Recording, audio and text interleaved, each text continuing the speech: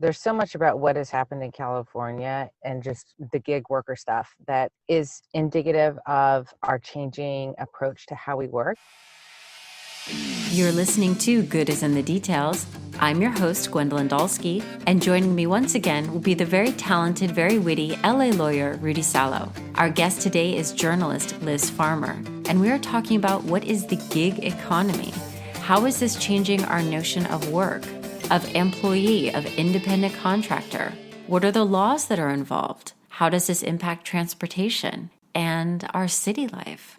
If you've ever used Uber or Lyft, or DoorDash or any of those other app-based services, then you're going to learn a lot more about the details behind how that is working. Before we get started, I want to thank the listeners for your ratings and for your reviews. If you haven't yet, please review the show. If you'd like to get in touch, we're on Instagram, Good is in the Details Pod, or you can email goodisinthe.detailspod@gmail.com. Okay, now let's talk gig economy. Well, first of all, welcome back to the show, Liz. Thank you so much. Last time we talked, it was about the work-life balance or working from home. And this time, I want to dig into gig economy. Something that hit me is that in philosophy, when we're talking about structuring arguments and the language that we use, I always try to, tell the students we think in language. And so whenever there is a word shift, it's because there's an idea shift. And what we have here now with this notion of the gig economy, I guess we should define what that is, but the distinction between employee and independent contractor and all that comes with it. And from what I understand is that the 30-year mortgage is based on the notion that you work in one place forever, but everything is changing. Even skills that you have with working, whatever you learn and work-wise is pretty much going to be obsolete in 10 years. So you have to figure out how to keep up with everything. And that's all perpetuating this idea of, a little job here and a job there. Let's just start out with, what does gig economy mean? Well, I think a lot of people think it just refers to Uber drivers, Lyft drivers, app-based companies. And I think that's, in one sense, that is where the word came from. But in a policy sense, in a legal sense, it really refers to people who just aren't full-time employees who work from gig to gig. So musicians are gig, technically gig economy. So that's, like the law, and Rudy would know more about this. I am not a lawyer, but, the law and policymakers look at it that way. So when you are trying to regulate or trying to create rules for the gig economy, it encompasses basically everyone who is not a wage employee really, but who is a regular worker of some kind. You hit the nail on the head. That's a very, I'm glad you brought up. So it's an app based. So think about your smartphone or some kind of way that you can get a ping electronically about a gig, whether that be picking up somebody with your car or delivering some food. I'm not sure how familiar you are with, Fiverr. Fiverr is a way where you can get, freelance artists in order to do a gig for you, right? But the change, the Prop 22 that came into effect on Election Day here in California was tied primarily to the drivers, the Uber, Lyft, the food delivery people. The other gig workers, if you will, the musicians, the film people, the other types of, people of the arts, they're still gig workers, but they're still subject to AB5 and those types of regulations. So it's just kind of a gigantic mess, right? California tried to put in AB5 in order to put some worker protections, in order to put in some health benefits. From what I've talked about with my labor attorneys, just prior to AB5 and then after the implementation of AB5, people were running their hands through the hair going, this is not very well written. It's so poorly written, it's going to be so hard to implement, and then it's just going to lead to massive amounts of lawsuits. And so that's one of the arguments against AB5 was that it was too overreaching. The pendulum swung too far to the left. And I don't think we're going to see the end of this battle over AB5 just because Prop 22 passed. I think it's going to be an ongoing legal battle. To go back to your original question, Gwen, of what is a gig worker or what is the gig economy? It's fluid. It's not something that I don't think it's black and white. I think it's something that's going to, as we see technology affecting the way that we work, the way that we learn, the way that we consume.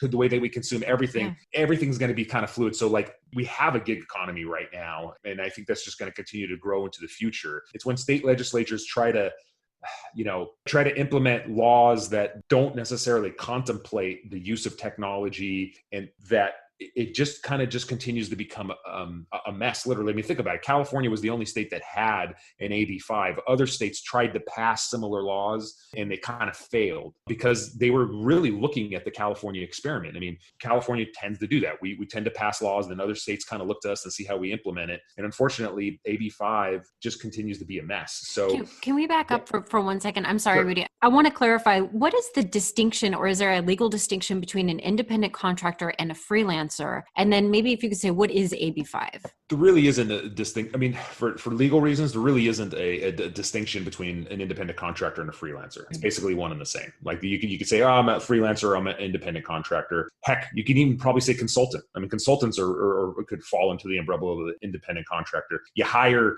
a freelancer or an independent contractor or a consultant for a specific gig, a specific task. They're not working for you all day, every day. Technically, you're not managing them, right? You give them a gig, you give them some work, and then they do it through their own skills. That's kind of like a really broad 300,000 foot definition. Whereas an employee has to listen to the employers. It has to take the employer's direction. It's under the management. It has guidelines. It has policies. Now, the weird thing of Uber and Lyft is, it was really gray, right? I mean, drivers didn't have to work. You turned on the app when you wanted to work, you worked. You had to meet some minimum guidelines of safety, of cleanliness in your car, and driver-passenger interaction. But other than that, you work when you wanted to. It was entirely up to you. You managed yourself, which is different than an employee-employer relationship. When you actually work for somebody, you have set hours. You have to show up on time. You have to meet certain guidelines. You have to meet certain goals. So those are one of the distinctions. Liz, I'm sure you probably have some more. Yeah, I was just thinking about what you're saying, and like there's so much about what has happened in California and just the gig worker stuff that is indicative of our changing approach to how we work. I mean, I was thinking about, my parents, my dad had the same job, my mom had the same job at like the one place or maybe the couple of places, right? But their resumes weren't like, how do I squish all this information into one page question. It's, and now it's like, I have a friend who every couple of years he gets a new leadership job at a new company because that's just what he does. And I remember, when I changed my job 2 jobs ago to work for Governing Magazine, and I've been at my previous place for 2 years, I remember my dad asking me like, how's that going to look on your resume? And I'm just like, this is what's up now. And millennials, especially, I mean, they're just continuing that trend. So we're getting ingrained into the way we think about jobs. Like we will hop from one job to the next, whether it's, the official, like a gig job or a wage job. So like there's that's already kind of like built in. But the other thing I was thinking about is what's happening in California and how AB5 was approached both points to the great things about being a gig worker and the not great things about being a gig worker. So like when Uber and Lyft first started, it was great. I mean, you could, like Rudy said, you could work when you wanted to work. It was the side gig. It was a side job. Or if you did it enough, you could make it a full-time thing. But you were in charge of when you worked, how often you worked. You didn't have an employer telling you this is when you have to show up. Oh, hey, can you come in on Saturday? Any of that stuff. Like you were in control. And that's the great thing about being an independent contractor. And then the bigger Uber and Lyft got, and I think this is more true for Uber than Lyft. And, there's no such thing as like benefits, but the company started changing some of the terms. And that's the downside of being an independent contractor is you don't really have any say over if the people paying you decide that they don't want to pay you as much. You can say okay, or you can say no, and then you don't work for them anymore. Like there's really, they didn't have that negotiating power. And that's where, it's great, where unions can be helpful. And so the unions were really the ones kind of pushing what was going on in California because drivers wanted more of a say. Collectively across the nation, they were a big workforce, but individually they had no power. That's where kind of the backstory of where a lot of this came from, where AB5 came, where a lot of the, I guess, drama and controversy came from.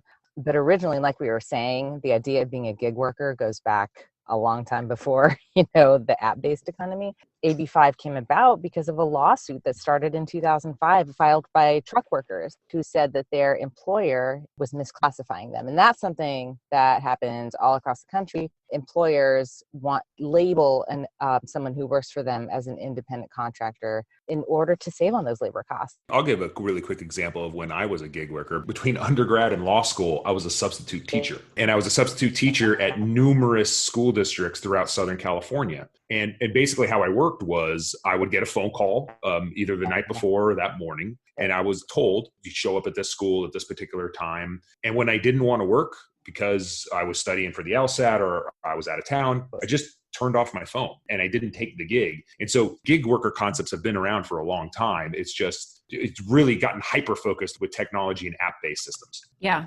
Just in relation to that, I mean, that's what it's making me think about the university system, because why there's been this radical shift from tenure professors to adjunct. I mean, you can look up that adjunct professors are now the new working poor. And why would a university be investing all this money into a tenured professor when they can hire 3 adjuncts with no benefits for the same amount? I have to say, with this gig economy, it's making me think, with all this possible, the side hustle and this and that, everyone I know now is always working. Everyone is always working. Nobody has a job. It doesn't exist anymore. Everybody is always doing something else. I mean, it's like, to back up, I remember when I was living in Belgium and I was teaching English as a second language. And I remember the night before one of my classes that I had to teach, I had forgotten to make some photocopies. And it was around 6:30 in the evening. And I thought, oh, shoot, I don't have this for tomorrow. And then I realized there is nothing I can do.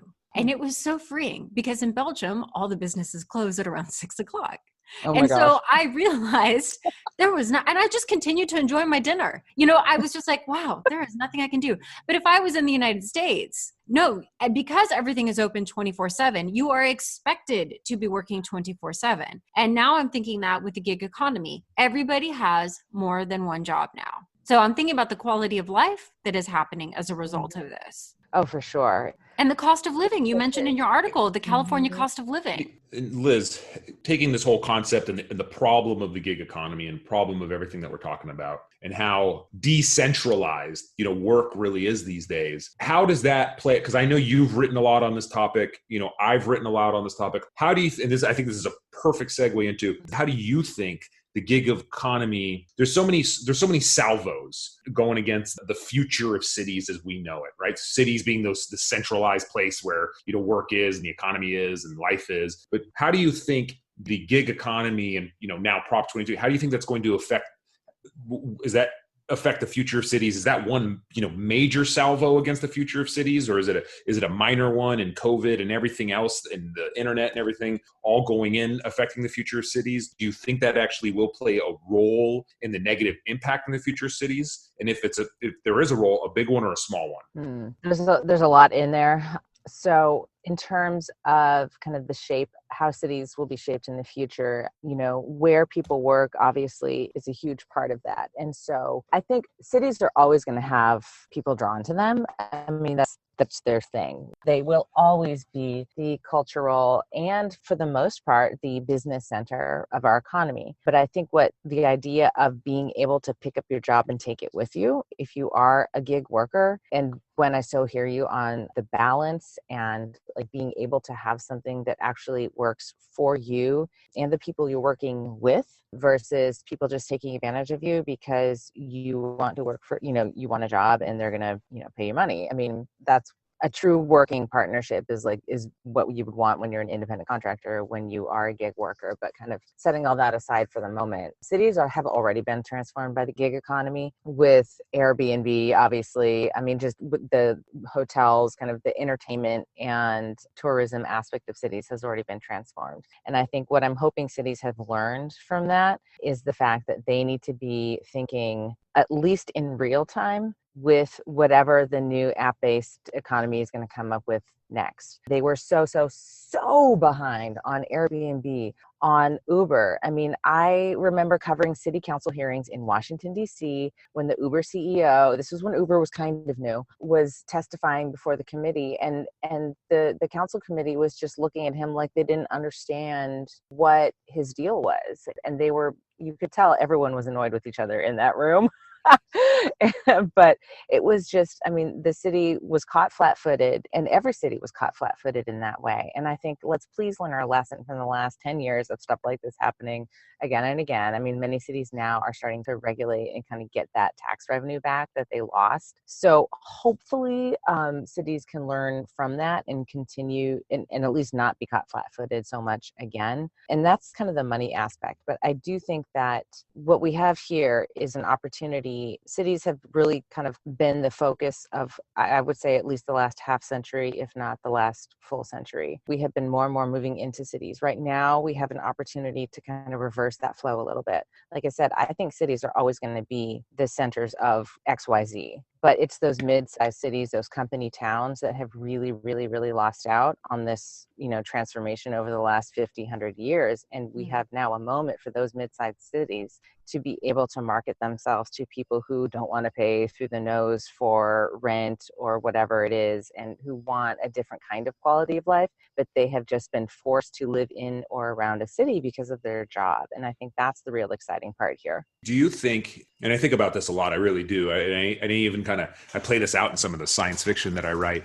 Is it possible that one future of cities, with the internet, with the gig economy, with the ability of a lot of us, not everyone, but let's just say a good portion of the service side, those enough lucky to work from home, especially in COVID, is it possible that, of course, there's always going to be cities, not going to be death of cities, but could the focus of cities be on entertainment, on cultural institutions, on, it's a place where people go for temporary stints away from the suburbs or away from wherever that they live, or from other very smaller towns. And that kind of historically is what cities were. But, then people started to move back into the cities and they were living in the cities. There was this, let's forget the suburbs, let's move back in. Mm-hmm. That reversal, perhaps what replaces it is more entertainment, things that you need to do in person, things that you need to see with your own eyes, like more museums, esports arenas, sports arenas, whatever it is. Do you think that is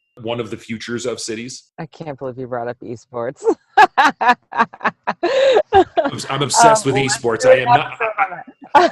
I don't play esports, but my law firm, Nixon Peabody, we're one of the premier esports firms in the country. We were the first firms that focused on esports, and I was a big part of that because I used to do sports stadiums, and I think esports arenas are going to be huge in the future. And like I said, I play that out in a lot of the science fiction that I write, and I have an article that I'll send to you about how cities should be focusing on esports arenas and hear how you finance it and everything like that. That's a whole other thing. But yeah, I'm just curious about your thoughts. Do cities become primarily Las Vegas is just one big entertainment center? Well, okay, but maybe all cities become that. I'm just curious what your thoughts are on that.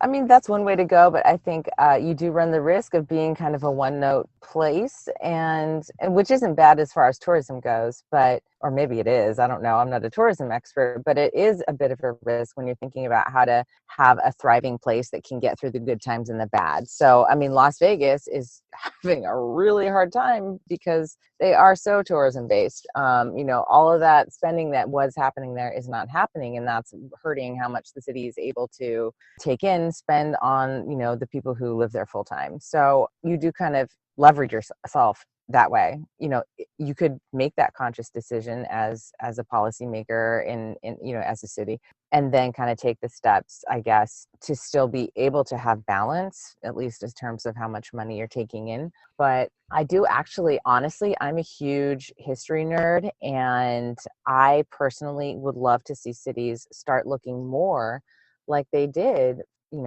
100 years ago, except obviously with more inclusivity and diversity.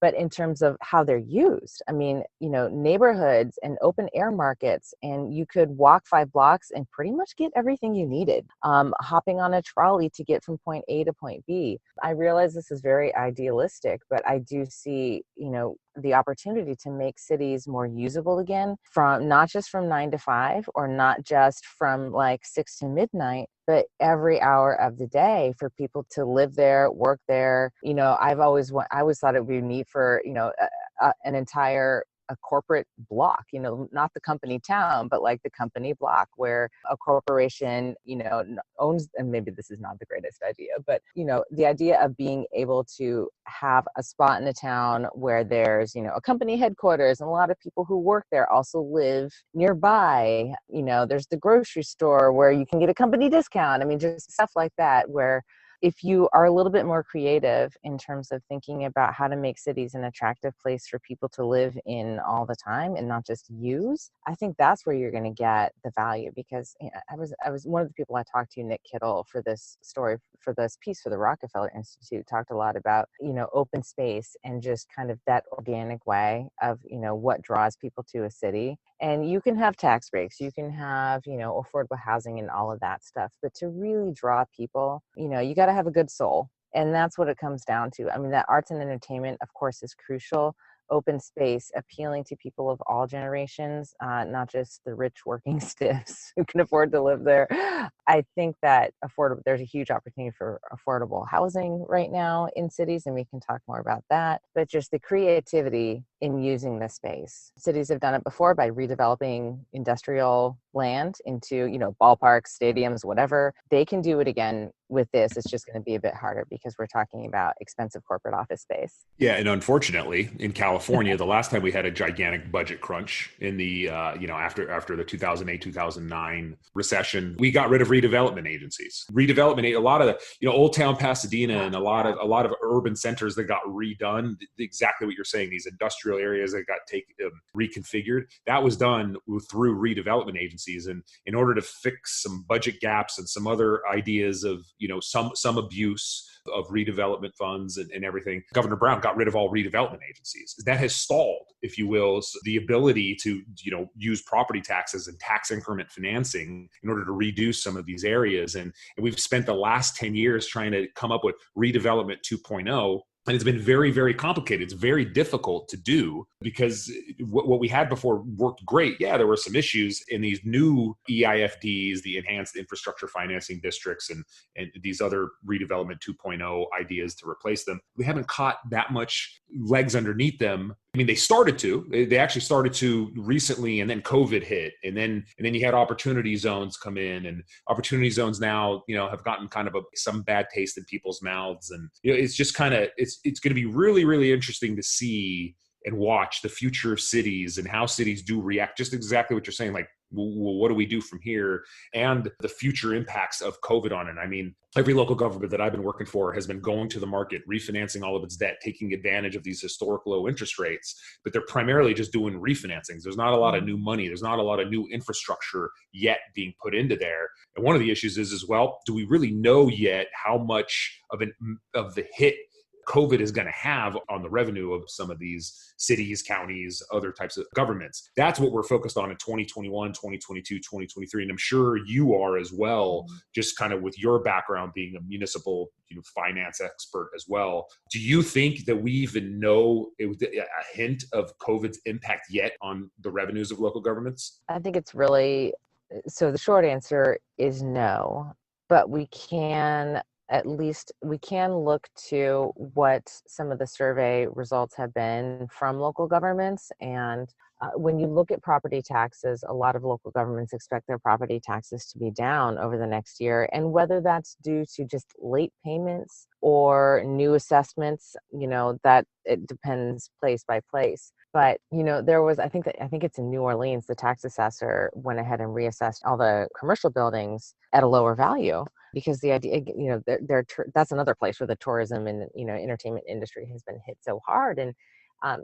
it's legit, right? I mean, these hotels, all these places are not taking the income that they were a year ago. And much of the assessment value is based on how much does this property earn. So that's like a 1-year look, but I don't think we know what the permanent effect is going to be. I think it really depends on, I think we do know there is going to be some kind of effect. For sure, people who have gotten used to working from home right now are not going to go back to commuting in 5 days a week. Some of them might, certainly not all of them are, and some of them might never. So we have to take that into account. That's going to affect how people use roads, where they want to live, all of the stuff we've been talking about. And I think where they decide to live, there's so many different factors there. We can't make accurate predictions yet. What we can look to, though, is kind of what were the trends before the pandemic. And the trends were that there was a, anecdotal, slightly factual based trend of millennials starting to move out of big cities. I wrote a piece for the Wall Street Journal whenever that was happening. Oh God, it was only like a year ago. It seems like it was 5 years ago,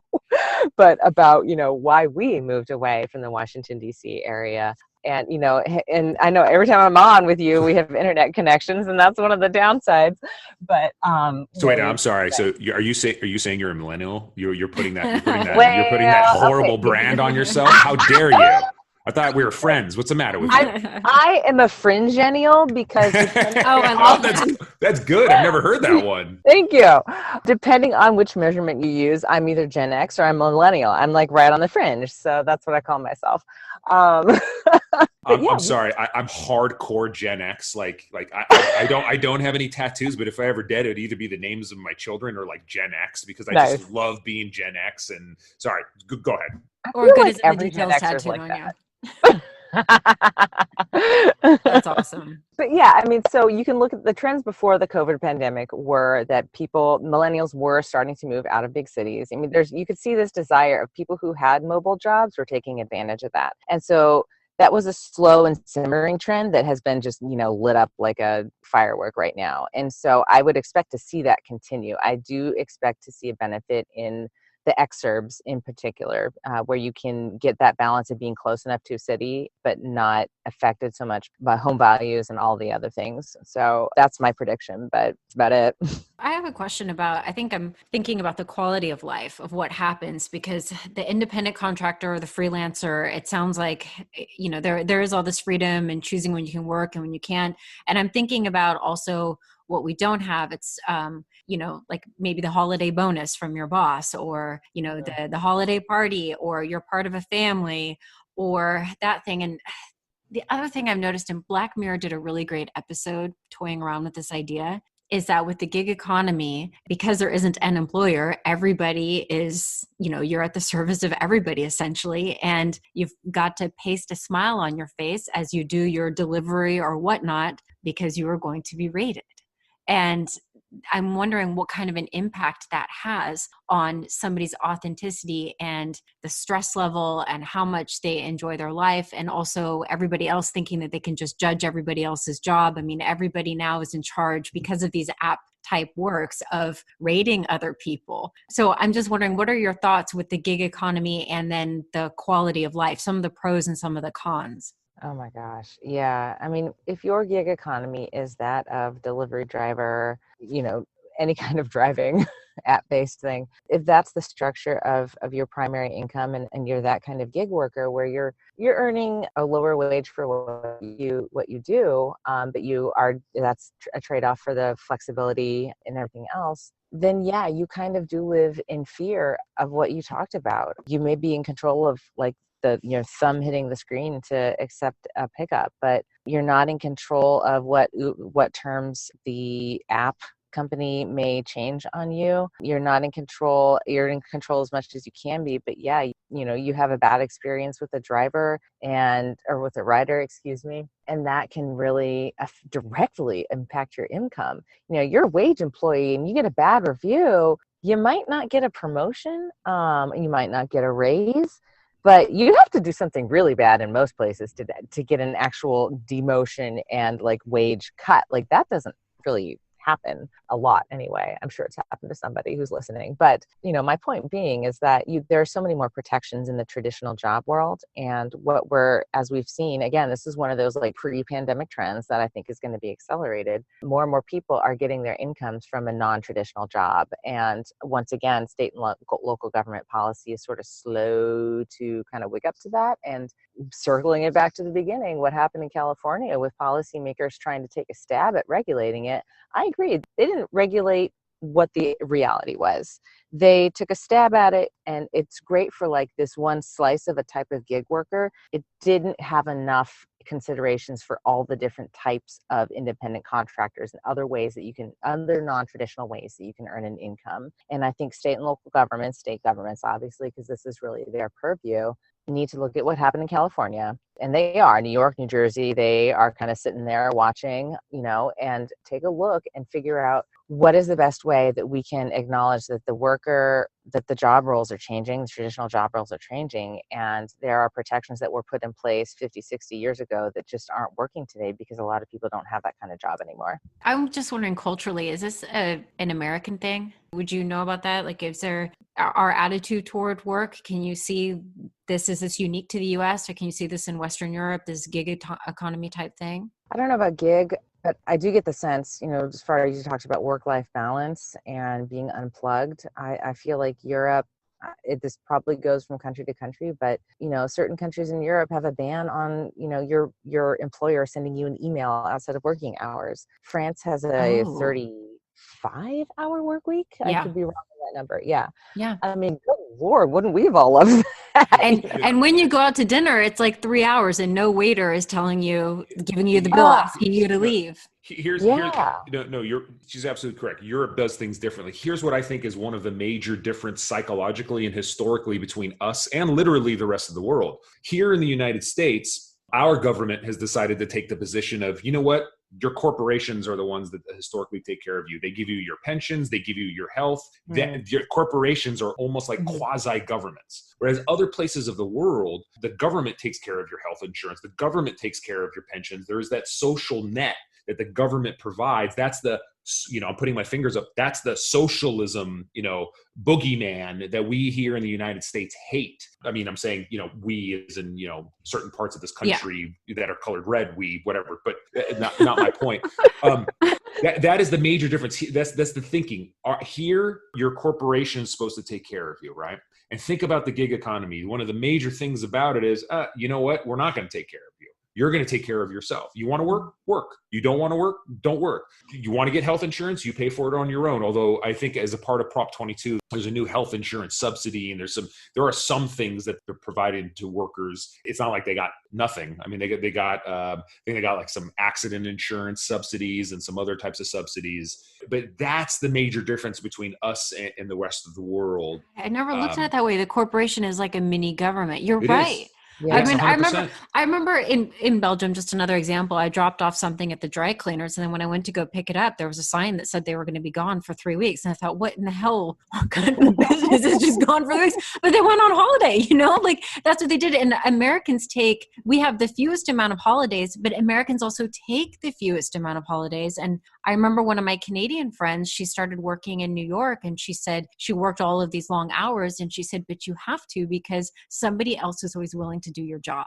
And so that mentality is costing us, time with family, dinners, less stress. This is going to sound crazy, but I'm not lying. Okay. And this is the honest to God truth. I'm never on vacation. I don't. I'm 24/7, 365. I have to check my email. I have clients, because if I don't answer the email, they'll fire my ass, they'll fire my firm, and they'll go to somebody else that will answer that email. Mm-hmm. My family's okay with that. I have to be okay with that because this is the career that I've chosen. I just take advantage of it. I was never one of these attorneys that was like, I'm going to stay chained to my desk and I'm always just going to be sitting at my desk and I'm always going to be answering the email. I had the mentality of, well, I've got a great smartphone. I know how to use it. I know how to use Wi-Fi. I'm going to work 24/7, 365, but I'm going to work wherever I want to. Mm-hmm. So if my family wants to go to Hawaii, we go to Hawaii. And if I have to work, I got to work. If I want to go to Lake Tahoe, it's fine. If I'm on a boat and I got to answer some emails, I got to do some things. I have made it work for me, but I'm never off. And yes, that probably is some of the reasons why I'm, stressful or can be, have some anger issues, and I'm trying to deal with that. Rudy, you're an absolute delight. Thank you. But until I stop choosing this career that I have, that's going to be my reality for the next 20 to 30 years. I have chosen that. I have made that decision. Whether or not I live long enough to enjoy the fruits of that, that's a whole other matter, but that's my choice. Nobody forced me to do this. I chose this. Philosophers are never off the clock either. It's just that if we talk about too much, there's executions. It's because you never answer questions. If the questions are never answered, you're never and we don't make any money. You want to talk about volunteering? Well, Well, Liz, what are some of the, what are you working on right now? We talked about the gig economy. We've talked about last time the work-life balance or work-home life balance. What are you working on now? Well, I'm actually going to be doing a follow-up to the gig economy piece and looking at places, some of the states that have gone the other way. I mean, obviously there is, just as much as there was a push for better, like more traditional worker protections for people who are gig workers, there's also a push to solidify the definition, I guess the existing relationship that these app-based companies have. And so it's more like a app-based employer protection versus a worker protection. And Rudy alluded to it. Obviously, this is mostly happening in Republican-led states, in red states. And so that's what I'll be looking at next. And then I definitely want to look at where, what's going to happen with mid-sized cities. Is this a moment for them to kind of stand up and attract some of the people who wouldn't have been able to move there before? I mean, how is the pandemic reshaping those places? And so, Liz, I got a question for you, because I'll tell you, since the last time we talked, which was a phenomenal conversation, I've loved it. Many people I know have actually left California. They actually have. Friends of ours, people that had their kids in class with my daughter, people that I've known for a long time, they've actually left. Now, you already live in the sticks. Have you seen more people that in the last 6 months? Is your rural place kind of becoming a little packed? What's it like over there in Maryland? It is not packed. So come on down to Smithsburg. There's actually, though, there is a new housing development going up. And the curb cuts and all of that had been laid in years before we moved here in 2018. And then earlier this year, after the pandemic really took hold, and I'm sure this is part coincidence, maybe part not, but that housing development is actually going up. There's 8 or 10 of those huge 3-story cookie cutter homes going up there. I will say that, again, one of those pre-pandemic trends that I'm curious to see how it accelerates. I mean, there's a number of people here I know who have moved up here in the last 5 to 10 years from a larger urban area and just came out here for the space. How much of a difference do you think the Biden administration would have on something like this? On exactly what? On cities in general, or maybe, just on moving. I mean, I'm just curious now, because now that there's going to be a new administration, what does that mean going forward with some of these issues? Do you think the gig economy is going to be, workers are going to be protected more, or do you think what's going to happen? Or is this going to still be a states' rights issue? Is the federal government going to get involved? Biden and Harris were both against Prop 22.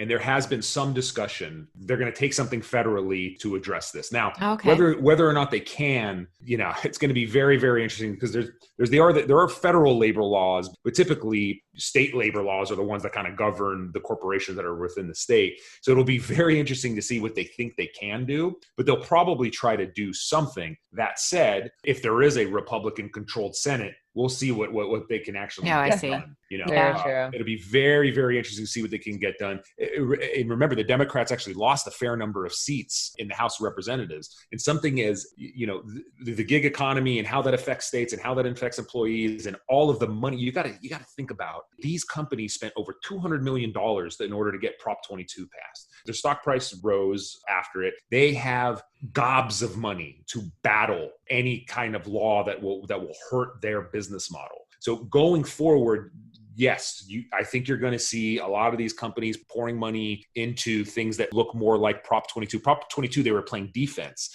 Now let's see if they're going to play offense, especially with a quote-unquote blue administration. I think you're going to hear more things like Prop 22 going forward. Liz, do you agree with that? Yeah, I think in general I do. It's something that you asked, Gwen, though, kind of made me want to flip it the other way and say, I wonder how where people live and how that's changing will change our political map. Where I live, it's a very conservative county, but like I mentioned, the handful of people I know who have moved here from urban areas are all liberally minded. And I was actually pretty surprised to see a number of Biden signs out where we live. Now, there were way more Trump 2020 signs, but the fact that there were Biden signs at all, honestly, I was like, really? Oh, wow. There was no question in terms of which way Washington County was going to vote, but it was a 60-40 split, which was actually closer than it would have, than I would have thought. And then that I think it was in previous presidential elections. So that kind of, the spread of people who have been attracted to urban areas and who tend to be more liberally minded now, raising kids or wanting more space or whatever it is, they have a mobile job, looking for other places to live also will potentially change our political map, at least around the edges at some places. That's so interesting. The future of the electoral map is going to be something that's going to be very interesting to watch. Texas, yeah. So many Californians, everybody that I was mentioning before, they're either moving to Idaho or to Texas. We'll see how that's going to make things bluer or whittle down the red to like a nice pink or something in some of these other states. It's very clear people are leaving California. Now, Liz, I know you're Californian. Have you heard from people that you knew that are like, hey, I'm joining you over in Maryland. How great is it? I mean, do people are exiting California? Yeah, at least one person I know for sure, and at least one thinking about it. And I've actually asked and of course I won't name names, but I actually asked my parents. They're retired. And well, air quotes retired. They both do about 100 million things every week because they can't sit still. But I asked them I was like, so are you finally going to buy that vacation condo in Frederick, Maryland, and like at least get out of the state during fire season? And no, they're not moving. So I was like, oh well. But yeah, I mean, you got to figure you put enough. You've heard of people, I've heard of people. I mean, you add all of that up together, and I do wonder how that's going to change things. And if people end up staying and having kids, like what's going to happen a generation from now in terms of what we look like. Yeah. Well, Liz, thank you. Rudy, do you have any? No, I'm good. I thought this was a fantastic discussion. Gwen, okay, Liz. good. Thank you both for this. No, this was awesome. I love this. I love nerding out on this stuff and just, so many takeaways from it, focusing on the future. Did you get answers, Rudy? Yeah, because she's not a philosopher. You see, she answers, she's a journalist. And what journalists do is they answer questions, unlike you. I think I got that this is where we are and we're going to see. I think that's where there was exactly an answer. I think it was we'll see. I think that's you say potato, I say tomato. Liz, thank you so much for your time. I'm going to link your website and your articles. It's just so interesting to see this work, on the economy, and then just thinking about the bigger picture and how it radiates into other areas of our lives. I really enjoy your work. Thank you so much, and thanks for having me, guys. It's always a pleasure. Thank you. Have a good day. You too. Bye. Bye. Thank you so much for listening. I hope you had a lovely Thanksgiving. I've linked Liz Farmer's work to the show notes in addition to Rudy's article from Forbes and an article from the LA Times about Prop 22 if you'd like to learn more about this topic. And if you'd like to support the show, please go to patreon.com/goodisinthedetails. Okay, I hope you're still wearing your masks. I hope you're socially distanced. And until next time, bye.